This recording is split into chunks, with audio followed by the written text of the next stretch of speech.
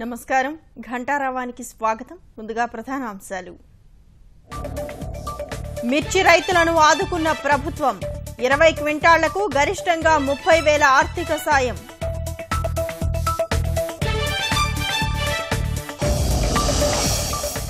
నేడే ఇంటర్ ఫలితాలు పరీక్షలు పూర్తయిన 25 రోజుల్లోనే వెల్లడిస్తున్న ప్రభుత్వం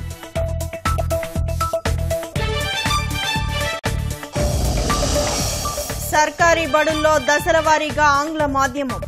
నూతన విద్యా విధానం అమలు దిశగా ప్రభుత్వం కసరత్తు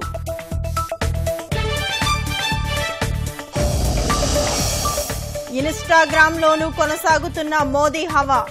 ప్రపంచవ్యాప్తంగా అత్యధిక మంది అనుసరిస్తున్న రాజకీయ నేతగా రికార్డు